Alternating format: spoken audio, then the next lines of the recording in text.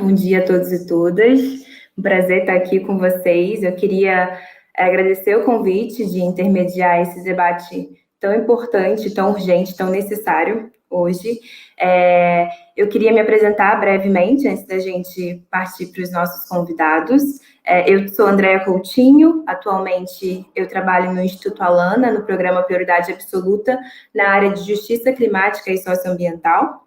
É um programa que tem uma ênfase no direito das crianças e adolescentes e pensando justiça climática a partir da infância.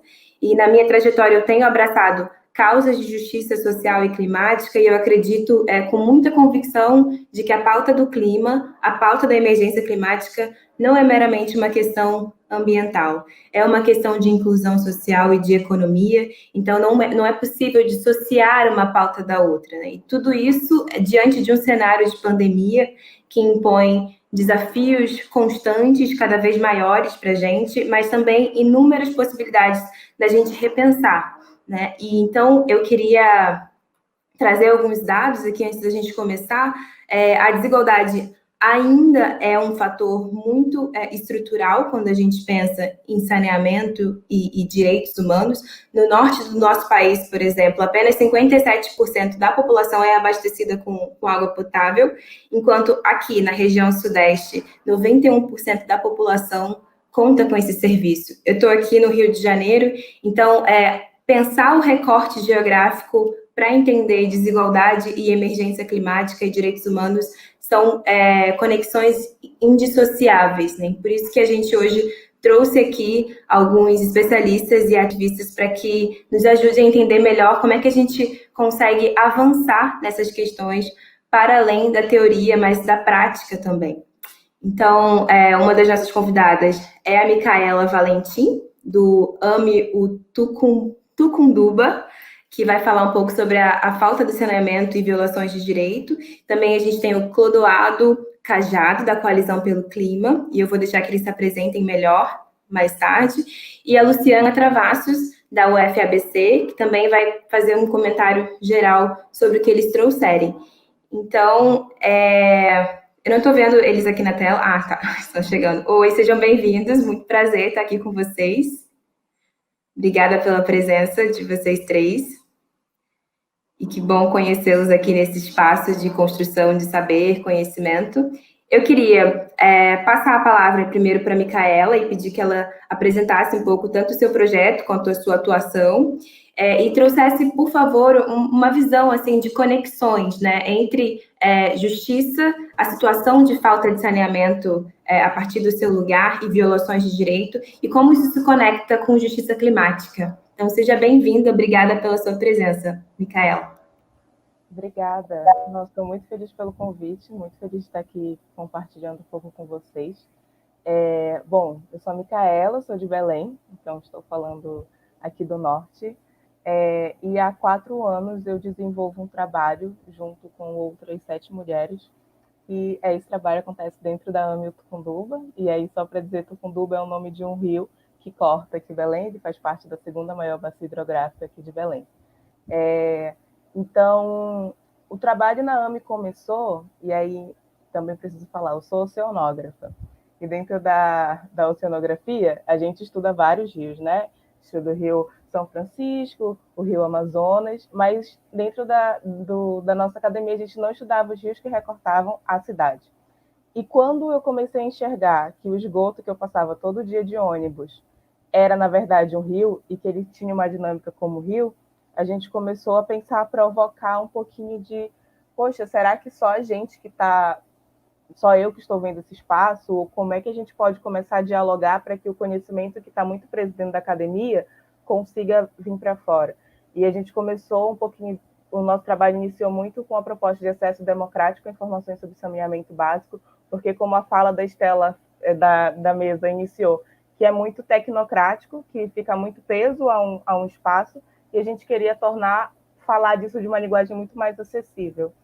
E aí tem o grande desafio, né, de viver numa cidade que tem 14 bacias hidrográficas, de ver água para todo lado e saber que a maior parte da população enfrenta a falta de água.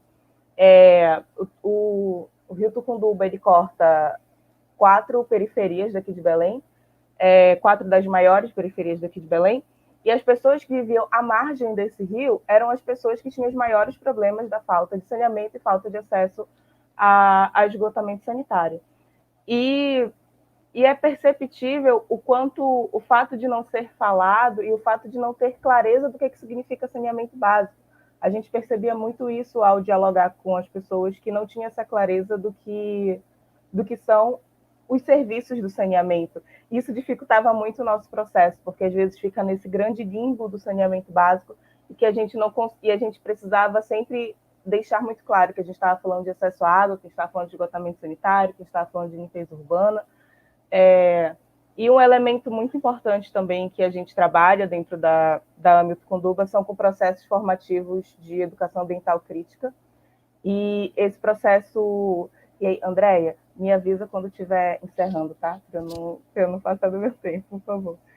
E é muito importante a gente falar isso, porque na AME a gente acredita que não tem como discutir ambiente sem falar de questões sociais.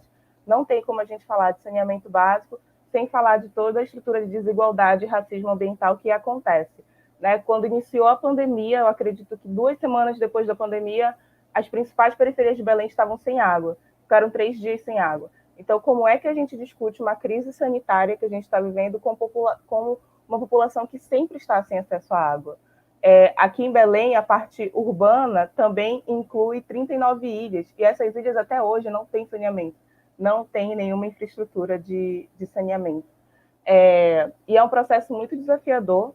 Inclusive, ontem a gente lançou um projeto da Hamilton Conduba chamado Piracema, que é o Piracema Programa de Multiplicadores, e a proposta do programa é que a gente possa formar jovens que possam discutir saneamento e crise climática. Não tem mais como separar essas duas questões, porque se a gente não levar em consideração as questões climáticas nesse processo, a gente talvez crie infraestruturas que se tornem obsoletas em pouco tempo. Então, a gente precisa discutir mudanças climáticas, precisa entender que as pessoas que estão mais vulneráveis a essas problemáticas são as pessoas que sempre estão em vulnerabilidade e são elas que vão se sentir mais impactadas com esse processo. Eu vou terminar aqui, para não pegar o tempo. Obrigada, Micaela. Foi no tempo certinho. A sua fala traz um componente muito crucial da educação crítica para a gente pensar clima e outras desigualdades sem dissociar das vulnerabilidades que sempre existiram. Então, isso é muito rico e é um mote perfeito para o Clodoaldo trazer um pouco da perspectiva aí da coalizão pelo clima. Você, seja bem-vindo, obrigada pela sua presença. Queria que você, a partir também da fala da Micaela, trouxesse um pouco dos seus projetos de envolvimento com educação ambiental também e sustentabilidade, mas, sobretudo, a sua experiência no Capão Redondo. Então, por favor, a gente está dando 5, 6 minutos para cada um, então eu queria que você pegasse esse gancho para desenvolver essas reflexões. Eu sou Clodoaldo Cajado, né? Sou engenheiro florestal de formação e hoje trabalho na Secretaria do Verde e Meio Ambiente. Mas como esse parque que eu trabalho, ele foi fruto de uma luta nossa para proteger uma área de Mata Atlântica aqui no nosso bairro, eu sou muito chamado e também gosto de participar das ações socioambientais locais e até da cidade. Por isso também, né, participante do Comitê Mestre Mo, eu fui escalado para participar da Coalizão pelo Clima, quando esta se integrou à Greve Global pelo Clima. E foi muito interessante, né, juntar todos esses jovens e profissionais da área de meio ambiente, porque a gente conseguiu discutir de maneira ampla o que estaria em volta à emergência climática que não estava sendo pensada na cidade, né, no nosso país, de um modo geral, com as demandas, inclusive, da periferia que eu faço parte, né? O Capão Redondo é periferia de São Paulo, Zona Sul, e a gente, fazendo o nosso trabalho de base, a gente começou a levantar que, na pandemia, a Sabesp, que já tinha essa prática anos atrás, estava diminuindo a pressão de fornecimento, e essa diminuição da pressão de fornecimento fazia com que algumas residências que ficavam em partes mais altas dos morros aqui, né, das partes elevadas das cidades, ficavam sem água por horas, né, por dias na semana também. E justamente aqui na Coab Adventista, a área onde esse meu parque está localizado, a gente chegou a pegar até 12 horas sem água, porque quando a pressão diminui, a água não é distribuída, ela começa sempre distribuída de baixo para cima, e esse tempo de água ali permitida que a Sabesp fazia, não, às vezes não dava tempo de chegar a encher a caixa d'água das partes mais altas, e já entrava no outro período sem água novamente. Nós fizemos o pessoal da Coalizão pelo Clima, né, o pessoal que ficou responsável por esse levantamento da Sabesp, fez um trabalho muito interessante, em que as pessoas mesmo, né, denunciavam essa quantidade de períodos sem água, e a gente conseguiu mapear bairros, né, que isso acontecia por mais tempo, e a gente chegou junto a uns parlamentares conhecidos aqui, né, que estavam na Câmara dos Deputados Estaduais, chegaram a protocolar ação no Ministério Público contra a Sabesp, contra o governo, por causa dessa injustiça social, né? Justamente os bairros pobres e no meio da pandemia, em que a necessidade de água e de higiene pessoal aumenta, né? Tendo a periferia como principal alvo do vírus, por causa dos menores espaços de convivência e de muitas pessoas morando na mesma casa, ficou sofrendo mesmo com essa distribuição desigual, né? Nós estamos falando da maior capital do Brasil, da América do Sul, onde a Micaela frisou bem, né? Onde a distribuição de saneamento é quase ideal, né? 90%, tudo. Mas como a gente estava falando de favelas e tal, além do esgoto não estar nesses mesmos patamares da distribuição de água, a gente ainda estava com a água com essa deficiência. E é triste, porque aí a Sabesp vai distribuir caixa d'água numa favela muito famosa aqui, que é a favela da Paraisópolis, que dá muita mídia, porque ela está próxima do Morumbi. O governador faz uma coisa de mídia e isso passa batido, e eles conseguiram derrubar, por liminar, essa sanção que nós impusemos. Então, o que eu vejo de mais importante é essa contínua educação das periferias com relação à emergência climática, com a pauta de que serão os primeiros a sentir todos os efeitos que ela vai nos impor. Obrigada, Clodoaldo. E a sua fala deixa evidente o poder da articulação a partir de uma experiência local que inspira talvez todo o país, né? E aqui a gente tem duas experiências em polos geográficos diferentes. A Micaela, em Belém, traz esse olhar que tangencia muito o seu, a partir da experiência em Capão Redondo, em uma das maiores capitais do país. E a partir disso eu queria muito ouvir alguns comentários, algumas reações da Luciana, já que você trabalha nesse espaço de produção de conhecimento a partir do espaço da natureza com base na justiça ambiental, como que essas duas experiências singulares em dois lugares diferentes do Brasil revelam uma realidade unânime no país de injustiça ambiental. Então, queremos te ouvir, você tem 10 minutos para fazer esses comentários, e depois a gente escuta um pouco do que a plateia tem de dúvida. Seja bem-vinda. Obrigada. Bom dia a todas e todos. Vocês me escutam bem? Todo mundo lá no Facebook também. Mônica, me escuta bem? Diz aí no Facebook. Bom, primeiro eu quero agradecer o convite, agradecer as falas da Micaela e do Clodoaldo também, que ilustram bem algumas questões que eu acho que são chave para a gente compreender a produção do espaço, os riscos que estão colocados na produção do espaço num contexto de mudanças climáticas, especialmente num contexto de desigualdades, né? No qual partes da cidade são feitas e refeitas,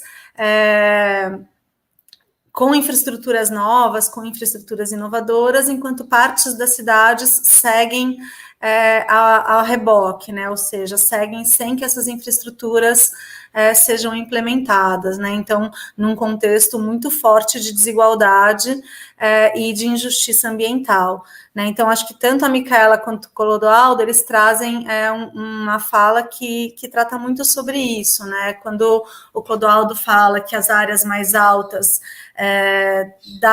de algumas comunidades, de alguns bairros, não recebem água porque há uma diminuição da pressão, essa diminuição da pressão, ela tem um sentido de atender ou de garantir o atendimento de determinadas áreas da cidade, enquanto relega outras áreas da cidade para um baixo atendimento, né? E, obviamente, essa demora, né? Então, quando se diminui a pressão, se demora para chegar nas áreas mais altas, é resultado da falta de uma parte das infraestruturas necessárias dentro de um contexto colocado aí, né, dentro de uma infraestrutura que é pensada para ser fechada, inteira, e que precisa que todos esses elementos funcionem. E esses elementos não funcionam igual em todas as partes, né?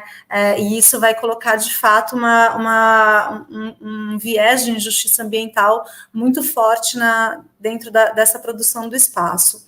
E isso é algo que a gente vai ver se recrudescer. Na verdade, a pandemia, ela traz esses elementos, digamos, para a superfície, né, dos debates, mas as mudanças climáticas, elas vão ter um papel muito grande, e aí a forma como essas organizações, né, como as comunidades, como os territórios se organizam, que é como eu prefiro, né, como os territórios se organizam para serem atores relevantes do ponto de vista da definição das políticas, isso é muito essencial, né, e quando a Micaela traz a ideia da educação ambiental crítica para isso, e quando o Clodoaldo fala da participação da comunidade dentro da coalizão pelo clima, eu entendo que esse fortalecimento dessas redes territoriais vai ser essencial para a gente combater as injustiças que são dadas pelas próprias políticas públicas que têm um viés de inovação frente às demandas das mudanças climáticas, né? Porque as mudanças climáticas, elas vão impor que a gente pense as infraestruturas e pense a água, pense o esgoto de uma forma diferente, mas a gente vai precisar tomar muito cuidado para que ela não seja, porque num contexto de recursos escassos, porque a gente sabe que todas as prefeituras, mesmo as mais ricas, né, precisam priorizar áreas de atendimento, né, áreas de foco do seu trabalho, e nessa priorização, se eu não tenho um território organizado para requerer que essas políticas incidam sobre o meu território, o que eu vou ter muito provavelmente é uma manutenção, né, o que a literatura diz, e eu gosto de trazer, né, uma modernização ecológica dos espaços de elite, sem que esses recursos cheguem para as periferias, que, afinal de contas, nunca receberam recursos suficientes para garantir o básico, né? Assim, quando a Micaela fala assim, o entendimento do que é o saneamento básico, né? Porque, de fato, muitas dessas periferias nunca receberam nem o suficiente para chegar ao saneamento básico, né? Então, a ideia de que a gente vai ter políticas que vão exigir a transformação dos territórios e que essas políticas vão incidir no tempo, em diferentes territórios, ela é uma ideia essencial para a gente pensar do ponto de vista da justiça ambiental e, portanto, da justiça climática, né, quais vão ser os territórios prioritários. E se esses territórios não estiverem suficientemente organizados, não só para ser uma plataforma onde essas políticas públicas vão acontecer, e que precisam acontecer de forma integrada e tal, mas também sejam atores-chave, né, dessa demanda por essas políticas públicas, é muito provável que o que a gente veja seja um aumento das desigualdades por conta das inovações em políticas, ao invés de uma diminuição das desigualdades, né? Então, não só a gente precisa pensar nas novas políticas que vão atender às demandas climáticas, tanto políticas de adaptação e adaptação, mitigação, resiliência, enfim, acho que não é o caso da gente discutir essas aqui, mas, enfim, as políticas de adaptação, não só a gente tem que pensar em quais são as infraestruturas, quais são as práticas que vão conduzir a gente a uma maior adaptação ou a construção de territórios resilientes, mas também pensar onde essas políticas vão acontecer. Né? Onde essas políticas vão acontecer é que vai nos ajudar, num primeiro momento, a diminuir essas enormes desigualdades territoriais que a gente tem em São Paulo, que a gente tem em Belém, né? A despeito de que, obviamente, se a gente olhar para a infraestrutura geral nas cidades brasileiras, ela talvez seja ruim em todas as partes, né? Mas ela é pior e muito pior em determinados territórios, como a Micaela trouxe, né, esses territórios periféricos do Tucunduba, né, o Capão Redondo, as áreas mais altas, as áreas mais, digamos, onde a declividade é maior em São Paulo, em outras regiões, ou onde o poder público simplesmente não chegou com essas políticas. Tá? Eu acho que uma primeira fala seria essa. E aí, vamos dialogar. Obrigada, Luciana. Eu ficaria aqui por horas ouvindo vocês, porque é impossível esgotar tantas problemáticas e tantas questões pendentes, né, em uma dívida histórica, em um painel de meia hora, e a gente está caminhando já para o final, alguns poucos minutinhos. Então, reagindo um pouco e tentando costurar essas experiências, esses insumos que vocês trouxeram, em especial a Luciana, com esse olhar geral e entrando nas experiências de vocês, o contexto da cidade, da desigualdade, reforçando disparidades e injustiças sociais, ambientais, territoriais, e a forma, a importância de como esses territórios se organizam contra a injustiça ambiental, a fim de influenciar políticas públicas e melhoria de qualidade de vida, uma perspectiva de futuro mais igual e mais justo para todos e todas. Então, eu queria pegar esses 5 minutos finais para a gente conseguir encerrar na hora para a próxima mesa e pedir que vocês façam rápidas provocações para o público e para os tomadores de decisão, futuros governantes que estão ouvindo a gente, assim, a partir dessas experiências que vocês trouxeram, experiências reais de vida, de realidade, o que vocês gostariam de cobrar e de ver aí no próximo governo, a partir do território de vocês, pensando em um cenário de mais justiça ambiental e climática para todos. Então, eu passo essa provocação primeiro para a Micaela, depois para o Clodoaldo, e a gente fecha com a Luciana e encerra o painel. Bom, são muitas. Poderia falar uma listinha, mas eu vou destacar um ponto que não dá para a gente garantir justiça, enfim, ambiental e o acesso democrático ao saneamento se a gente também não garantir a participação de mulheres nos espaços políticos, em especial mulheres negras nos espaços políticos. São as mulheres que são as mais afetadas por essas problemáticas. Aqui em Belém, nós somos quase a maioria da população. Então, é importante que a gente esteja nesses espaços representativos, que a gente possa também colocar essas pautas. Então, uma provocação seria essa, né? Ter mais mulheres nesses espaços, terem mais mulheres discutindo para que a gente possa ter E uma outra coisa importante também é a garantia de espaços democráticos e de participação. Não dá para a gente falar de soluções de saneamento e justiça climática sem ouvir as pessoas. Então, seriam esses 2 pontos. Obrigada, maravilha. Clodoaldo, por favor. Eu dei uma passada rápida no marco legal do saneamento, e dado que a Micaela falou, né, dessa porcentagem menor no Norte e Nordeste, talvez o foco das empresas seja pegar o Norte e Nordeste para saneamento e fornecimento de água. O preocupante é que as empresas privadas vão sempre visar o lucro. Então, eu acho importante para todos, né, e aqui em São Paulo não é diferente, atentar muito para os espaços de audiências públicas, né, que a população vai poder participar, porque ainda mais sendo no governo como esse, do Bolsonaro, as empresas vão estar sempre sendo favorecidas. Então, é importantíssimo atentar, porque as empresas não vão priorizar o saneamento. O fornecimento de água é o que dá mais lucro, né, com as contas de água, e o saneamento, as metas são diferentes. É importante todos e todas prestar muita atenção no marco legal do saneamento, essas empresas que vão participar do certame, e observar que mesmo que a empresa não cumpra a meta em 7 anos, ela vai poder renovar por 21 anos. Então, assim, prestar muita atenção, e todos os espaços, Micaela, que houver participação, né, que puder, dentro da lei, houver participação em audiências públicas, as mulheres, os negros, os indígenas e toda a população periférica, tentar ocupar esses espaços e acionar o Ministério Público, a torta e a direita, acionar os direitos humanos internacional, porque pode virar uma barbárie essa posse da água por empresas privadas com esse novo marco legal. Eu queria deixar isso. Muito obrigada. Luciana, por favor, além do que você já provocou. Não.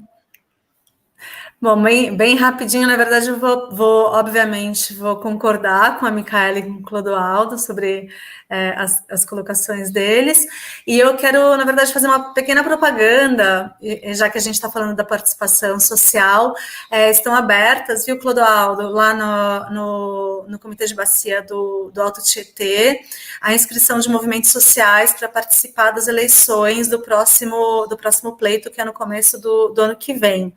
A gente está precisando muito, eu sou representante da Universidade Federal do ABC, no Comitê de Bacias, né, e a gente está precisando muito aí de uma força de movimentos sociais, a gente conseguiu uma vaga para movimentos de moradia agora, também, que é uma coisa que a gente nunca tinha conseguido, né, no comitê, então está aberta essa vaga, foi uma briga boa para conseguir.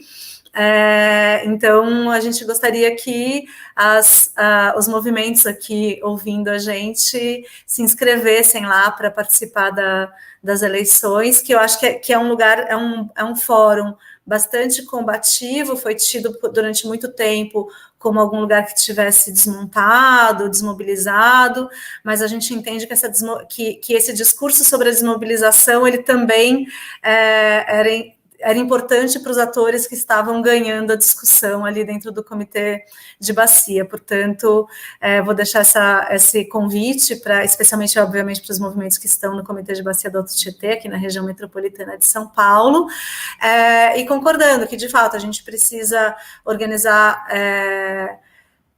fazer essa educação ambiental crítica, organizar os territórios e os movimentos se colocarem, e, por outro lado, votar bem nas próximas eleições municipais, que dentro do marco do saneamento anterior e mesmo nesse, vão ter importância chave na construção dos planos municipais de saneamento, né, e o que a gente vai fazer com esses recursos. Acho que é isso, agradecer muito as falas e o convite.